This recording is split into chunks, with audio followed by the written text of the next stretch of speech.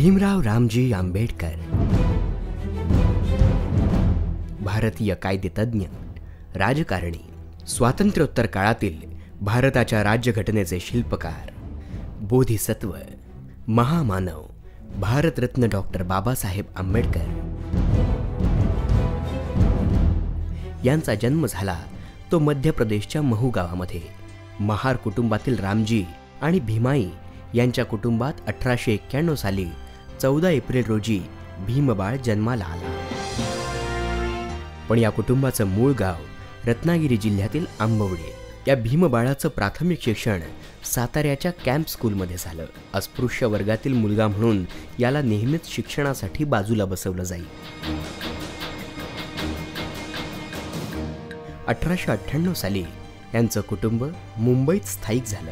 1907 साली Bhimrao matric pass झाले. त्यानंतर एल्फिन्स्टन महाविद्यालयातून त्यांनी BA ची पदवी संपादित केली. ही पदवी संपादित करणारा अस्पृश्य वर्गातील हा पहिला विद्यार्थी होय. याच काळात त्यांचं लग्न झालं ते 9 वर्षांच्या दापोलीच्या रमाबाईशी. अस्पृश्य समाजातील या मुलाची शिक्षणाची भूक पाहता बडोद्याच्या सयाजीराव गायकवाड यांनी अमेरिकेतील शिक्षणासाठी 25 रुपये प्रति महिना शिष्यवृत्ती देऊ केली. त्यानंतर भीमरावानं न्यूयॉर्कच्या कोलंबिया युनिव्हर्सिटीतून अर्थशास्त्र आणि राज्यशास्त्रामध्ये पदवी संपादित केली. आणि याच वर्षी त्यांना एक आनंदाची बातमी देखील मिळाली. ती म्हणजेच त्यांच्या कुटुंबात यशवंत नामक बाळ जन्माला आलं. एकीकडे शिक्षणाची भूक भागवत असताना भीमरावाचा 1896 साली आईचा आधार हरवला, तर 1913 साली वडील रामजी आजारपणामुळे मुंबईत निधन पावले. कुटुंबावर दुःखाचं संकट कोसळलेलं असताना यांनी शिक्षणाकडे पाठ फिरवली नाही. 1913 ते 1917 सालापर्यंतचा भीमरावाचा प्रबंध PhD ही पदवी मिळवण्यासाठी कारणीभूत ठरला. यावेळेस भीमराव केवळ 25 वर्षांचे होते. शिक्षणामध्ये पदोन्नती करणाऱ्या भीमरावानं अस्पृश्यतेविरुद्ध संघर्ष देऊ केला. त्या काळात तत्कालीन दलित व मागासलेल्या समाजासाठी त्यांच्या मनात तळमळ निर्माण झाली आणि त्यातूनच 1927 साली पिण्याच्या पाण्यासाठी त्यांनी महाडच्या चौदार तळ्याचा यशस्वी सत्याग्रह केला. अस्पृश्यांना हिंदू देवळांमध्ये प्रवेश मिळावा यासाठी नाशिकमध्ये काळाराम मंदिर सत्याग्रह केला. याच वेळेस ते राजकारणातही सक्रिय झाले होते. 1920च्या सुमारास आंबेडकर दलितांचे एक नामवंत राजकीय नेते बनले होते. इतकंच नव्हे तर दलितांना मुख्य प्रवाहात आणण्यासाठी त्यांनी पुणे करारही केला. दलित समाजाच्या उद्धारासाठी लढत असताना आणि शिक्षण घेत असताना खंबीरपणे पाठीशी उभ्या असणाऱ्या रमाबाईचं 1935 साली निधन झालं. पण तेव्हा खचून न जाता आंबेडकरांनी त्यांचा लढा असाच चालू ठेवला. 13 ऑक्टोबर 1935 रोजी येवले मुक्कामी आंबेडकरांनी धर्मांतराची घोषणा केली. दलितांना सामाजिक न्याय मिळवून देण्यासाठी झटणारा हाच व्यक्ती प्रज्ञा, शील आणि करुणा हे गुण अंगीकारू लागला आणि 21 वर्षे प्रस्थापित धर्मांचा अभ्यास करून त्यांनी बौद्ध धर्माची निवड केली. 1956 साली त्यांनी नागपूरच्या भूमीमध्ये लाखो दलित बांधवांना बौद्ध धर्माची दीक्षा दिली.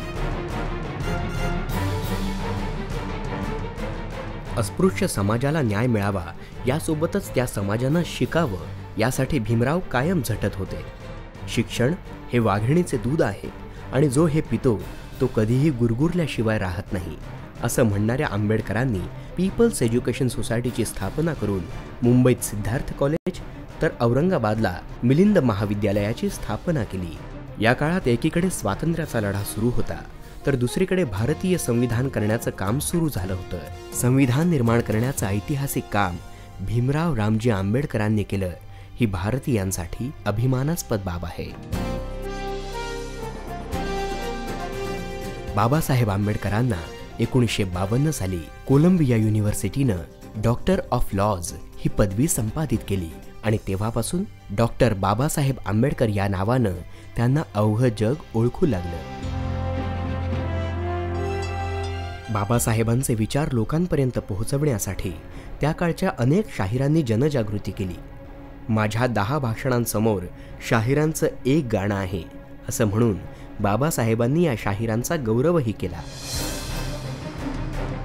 अशा या भीमरावाला बालपणापासूनच चित्रकलेत विशेष रुची होती. इतकंच नव्हे तर बाबासाहेब आंबेडकरांनी प्रसंगी व्हायोलिनही वाजवलं. माझी आत्मकथा, हिंदू धर्माचे तत्वज्ञान आणि दलितांचे शिक्षण यांसारखी पुस्तकही त्यांनी लिहिली. डॉक्टर बाबासाहेब आंबेडकर या निळ्या वादळानं माणसाला माणसासारखं जगायला शिकवलं. या महापुरुषाचं निर्वाण झालं ते 6 डिसेंबर 1956 रोजी.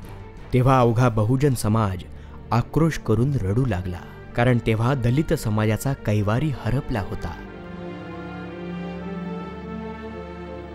अवघ्या जगात विश्वरत्न डॉक्टर बाबासाहेब आंबेडकरांसारखा अर्थशास्त्रज्ञ आणि राजकारणी पुन्हा होणे नाही.